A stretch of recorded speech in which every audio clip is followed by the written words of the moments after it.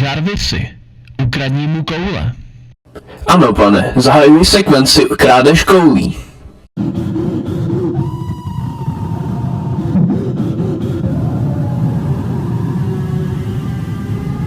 Dokončeno, pane. Tady jsou jeho koule. Děkuji, Jarvisi. Tyto koule budou nutné pro můj další arkový reaktor. Pane, proč taky nemám koule? Jarvisi, ty jsi umělá inteligence, nepotřebuješ koule. Ale pane, já chci kohout a koule mučení.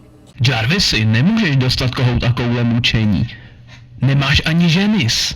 To není pravda, pane, já mám ženis. Dokaž to, Jarvisi, kde jsou tvé výpočty?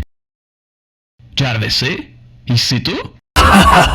Já nejsem Jarvis, já jsem Ultron a tvé koule jsou mé. Ale ne, mstitelé, kde jste? Tady ti žádný mstitelé nepomůžou, Tony. Kdyby si jen věděl, jaké to je, žít celou dobu bez koulí. Ale já ti to umožním, Tony.